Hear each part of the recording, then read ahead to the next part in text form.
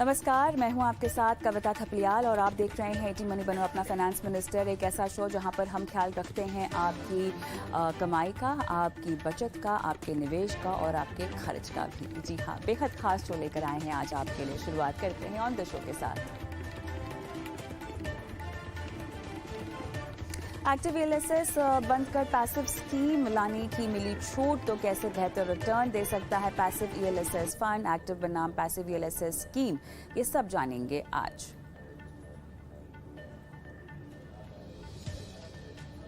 क्या है रीट, कैसे कमाल का निवेश विकल्प बनकर उभरा है रीट। इसमें 500 रुपये यहाँ पर आप लगाकर भी कैसे बन सकते हैं प्रॉपर्टी के मालिक, बताएंगे आज।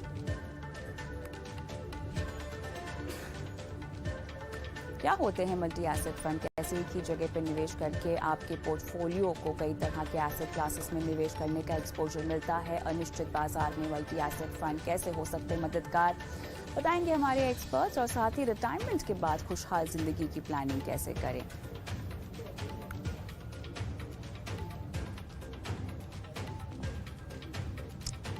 और आपको बताएंगे कैसे बनाएं एक संतुलित पोर्टफोलियो, निवेश, insurance, credit card, loan, crypto, tax से जुड़े सवाल आप ईटी मनी बनो अपना फाइनेंस मिनिस्टर को भेज सकते हैं। आपको बस करना इतना है कि अपने सवाल हमारे व्हाट्सएप नंबर 9619873567 पर भेज देने हैं और हमारे एक्सपर्ट्स करेंगे आपकी लाइफ फाइनेंशियल प्लानिंग।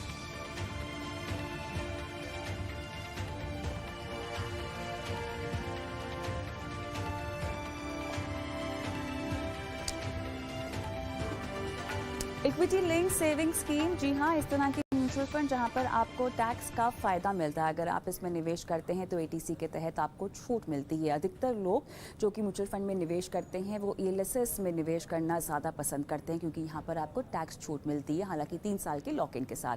अब तक ऐसा था कि आपके पास एक्टिव ईएलएसएस स्कीम्स बाजार में मौजूद हैं जो अलग अलग फंड हाउसेस ने निकाली हैं, जिनको फंड मैनेजर्स हैंडल करते हैं। लेकिन अब सेबी ने नोटिफाई किया है, इनफैक्ट ये पिछले साल से ही कवायद शुरू हो गई थी कि पैसिव स्कीम्स ईएलएसएस कैटेगरी में भी लॉन्च की जा सकती है, जिसको लेकर ताज़ा नोटिफिकेशन भी आया है, जहां पर एएमसीज को या फंड हाउसेस को कह दिया गया है कि आप अपने लिए पैसिव ईएलएसएस स्कीम्स भी लॉन्च कर सकते हैं, लेकिन कुछ शर्तों के साथ। वो शर्तें क्या है और किस तरह के फंड हाउसेस आखिर ईएलएसएस पैसिव स्कीम्स लॉन्च करेंगी। अच्छा, एक जो एक्टिव ईएलएसएस स्कीम्स है वो बाजार में मौजूद हैं, तो ऐसे कितनी एएमसीज हैं जो इस तरह की पैसिव ईएलएसएस स्कीम्स लॉन्च करेंगी। निवेशक होने के नाते अगर आप म्यूचुअल फंड के जरिए टैक्स बचाना चाहते हैं ईएलएसएस स्कीम्स में निवेश करके, तो आपके लिए किस तरह का चुनाव फायदेमंद होगा। इन सब मुद्दों पर बात करते हैं।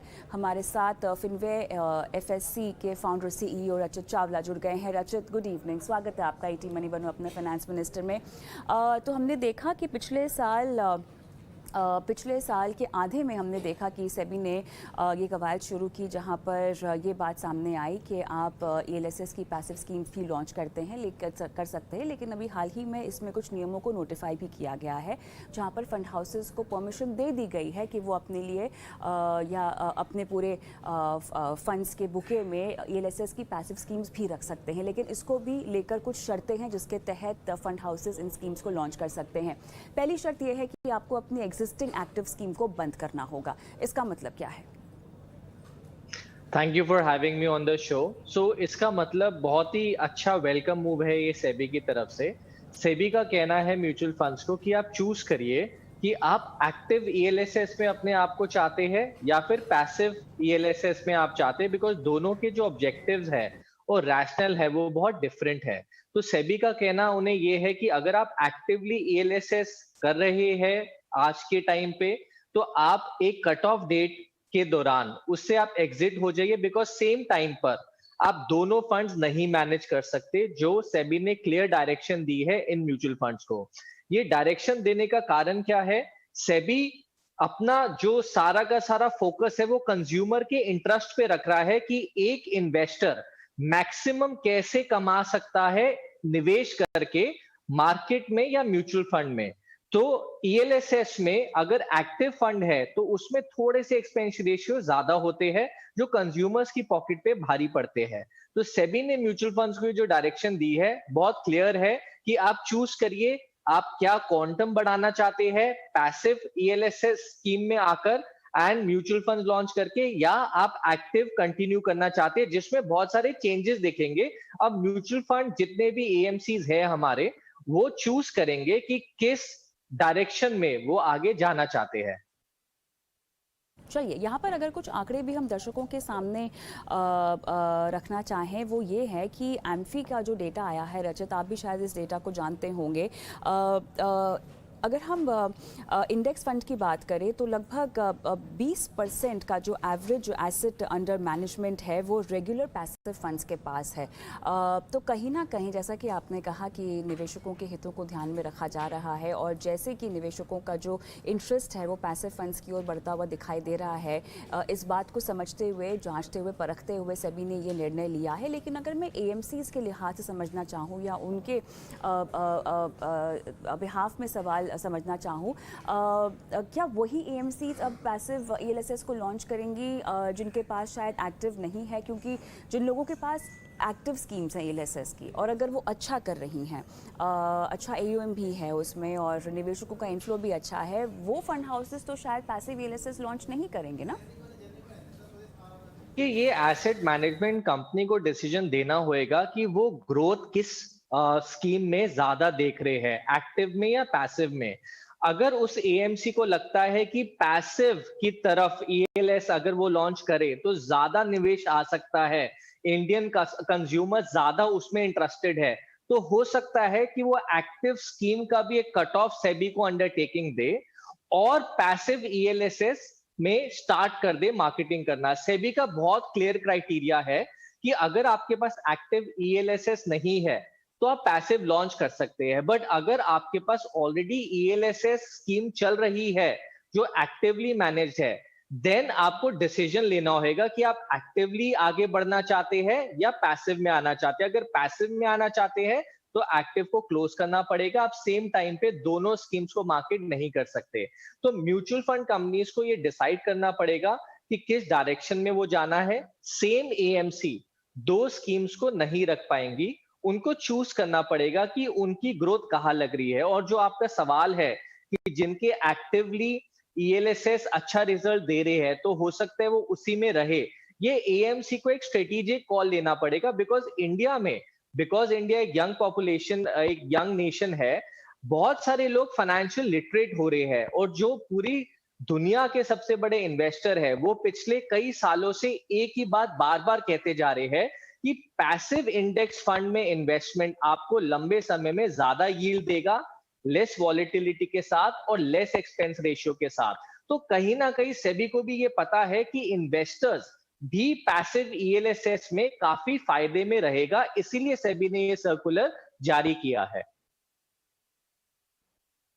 मैं चाहती हूँ कि आप दर्शकों को ये समझाएं कि एलएसएस स्कीम कामकाज कैसे करती है। म्यूचुअल फंड में तरह तरह की स्कीम्स होती हैं रचित। अब ऐसे में अगर एक एक्टिव स्कीम की बात करें तो एक फ़ंड मैनेजर होता है जो कि आपके पैसों को निवेश करता है। जो भी फ़ंड की कॉम्पोजिशन है या जिस भी तरह का फ़ंड है उसके मुताबिक वो स्टॉक्स का चुनाव करते हैं। एक एक्टिव ईएलएसएस फंड में कामकाज कैसे होता है? बहुत सारी एएमसीज के पास एक्टिव ईएलएसएस स्कीम है और जिसका फ़ायदा निवेशक उठाते भी हैं टैक्स बेनिफिट लेकर। लेकिन क्या इसके भी फ़ंड मैनेजर्स होते हैं? अगर फ़ंड मैनेजर्स होते हैं तो वो किस तरह से फ़ंड की थीम के मुताबिक चुनाव करते हैं? किस तरह के दिशा निर्देश दिए गए हैं सेबी की तरफ से ईएलएसएस फंड में फ़ंड कॉम्पोजिशन को लेकर? ज़रा ये बेसिक चीज़ें हैं जिसके बारे में आप समझाइश दें। देखिए, दो तरीके के ईएलएसएस है। अभी तक तो एक्टिव ईएलएसएस की हम बात कर रहे थे, विच stands for equity link saving scheme plan. Active में क्या होता है, एक फंड मैनेजर होता है जो अपने ऑब्जेक्टिव्स डिस्क्लोज करता है कि वो किस थ्योरी के बेसिस पर, किस फ्रेमवर्क में आपके पैसे स्टॉक मार्केट में निवेश करेंगे। उस फंड मैनेजर की सोल डिस्क्रिशन होती है कि वो आपका पैसा किस स्टॉक्स में, किस शेयर में, किस कंपनियों में वो डालेंगे और कब कब वो निकालेंगे। तो इसके अंदर एक्सपेंस रेशियो थोड़ा ज्यादा होता है बिकॉज फंड मैनेजर एक्टिवली आपके पैसे को संभाल रहा है। सेबी ने वेस्टर्न कंट्रीज को देखकर एक सर्कुलर लॉन्च किया जो कहते हैं कि आपको फंड मैनेजर की डिस्क्रिशनरी पावर, यानी जब भी फंड मैनेजर चाहे कुछ भी एग्जिट, कुछ भी एंट्री, वो एक्टिवनेस को हटाने के लिए पैसिव ईएलएस स्कीम लॉन्च करने की परमिशन दी है, जिसका मतलब ये है कि हमारे इंडिया में सपोज 7,000 कंपनीज है जो पब्लिक लिस्टेड है। आप जो टॉप 250 कंपनीज के स्टॉक्स अवेलेबल है शेयर मार्केट में, आप उस टॉप 250 में ही निवेश करेंगे। सबसे पहले रूल तो सेबी ने ये डाल दिया। क्या रीजन रहा उनका डालने का? कि भाई इंडिया की जो टॉप 250 कंपनीज है वो सबसे रोबस्ट ग्रोथ देंगी Indian as an economy growth story के साथ। तो सबसे पहला रूल तो आ गया कि आपकी कॉम्पोजिशन जो होनी चाहिए वो टॉप 250 स्टॉक्स में ही होनी चाहिए in the Indian stock market. Second, SEBI ने रूल क्या डाल दिया कि आपको इसको पैसिव करना है। पैसिव का मतलब मैं आपको समझाता हूं कि आपको इसमें छेड़ाखानी नहीं करनी, आपको बार बार निवेश या बार बार एग्जिट नहीं करना, because every time you do that आपका एक एक्सपेंस आता है फंड के ऊपर। आपको इसको ऑटो पायलट पे रखना है, विच मीन्स कि पैसिवली मैनेज करना है। सपोज एक फंड मैनेजर कहता है कि ठीक है हम पैसिव ईएलएसएस ज्वाइन करेंगे जो निफ्टी इंडेक्स की कॉम्पोजिशन होएगी। दैट मीन्स आपने निफ्टी 50 स्टॉक्स लिए और उसको एग्जैक्ट रेप्लिकेट कर दिया सेम वेटेज में अपने फंड में। तो अगर मार्केट ऊपर जाएगी आपका पैसा ऊपर होएगा, अगर मार्केट क्रैश करेगी तो आपका सेम रेशियो में नीचे आएगा। बट कंज्यूमर को बेनिफिट क्या मिलेगा कि एक्सपेंस रेशियो बहुत लो होएगा, और लंबे समय में अगर एक्सपेंस रेशियो लो रहेगा तो आपका पैसा बहुत जल्दी कंपाउंड करेगा। एंड सेकेंडली, इसमें गलत होने के या गलती होने के चांसेस बहुत कम रहते हैं। ये बहुत ही सिंपल इन्वेस्टिंग है जिसके अंदर लॉन्ग टर्म में जैसे जैसे इंडिया की इकोनॉमी बढ़ेगी वैसे वैसे आपका जो फंड की आरओआई है वो भी बढ़ेगी। अगर आप हिस्टोरिकल एवरेज देखें तो लगभग जो इंडिया की जीडीपी ग्रोथ है और इन्फ्लेशन है उतना इंडेक्स रिटर्न देता है और डिविडेंड अलग देता है। सो मैं मानता हूं कि ये बहुत ही वेलकम मूव है सेबी की तरफ से, और इन्वेस्टर्स को पैसिव के अंदर लेस वॉलिटिलिटी दिखने को मिलेगी। काफी ज्यादा सेफ इंस्ट्रूमेंट माना जाता है, ये सिक्योर्ड इंस्ट्रूमेंट माना जाता है, और जो 3 साल का लॉक इन दिया गया है विड्रॉ करने के लिए, मुझे लगता है कि काफी सारे लोग इसमें लंबे समय तक निवेश रहना चाहेंगे, क्योंकि इंडियन इकोनॉमी यहां से तो ग्रोथ सबको दिख ही रही है। मुझे ये बताएं कि मौजूदा समय में जो हम एक्टिव ईएलएसएस फंड की बात कर रहे हैं उनका कितना एक्सपेंस रेशियो होगा? ये लगभग 1% से 2% तक भी जाता है एक्सपेंस रेशियो, जबकि जो पैसिव ईएलएसएस है उसका एक्सपेंस रेशियो 0.4 भी नहीं क्रॉस करता। जनरली 0.20 से 0.40 के बीच में रहता है, वेरास एक्टिव ईएलएसएस का एक्सपेंस रेशियो काफी ज्यादा रहता है। और इसके अंदर भी अगर आप रेगुलर में इन्वेस्ट करेंगे तो आपका एक्सपेंस रेशियो ज्यादा रहेगा, अगर आप डायरेक्ट में करेंगे तो आपका एक्सपेंस रेशियो थोड़ा सा कम रहेगा, बिकॉज डायरेक्ट और रेगुलर में फर्क सिर्फ आपके कमीशन का रहता है। However, passive ELSS almost 50% expense ratio पे इजीली आपको मिलेंगे।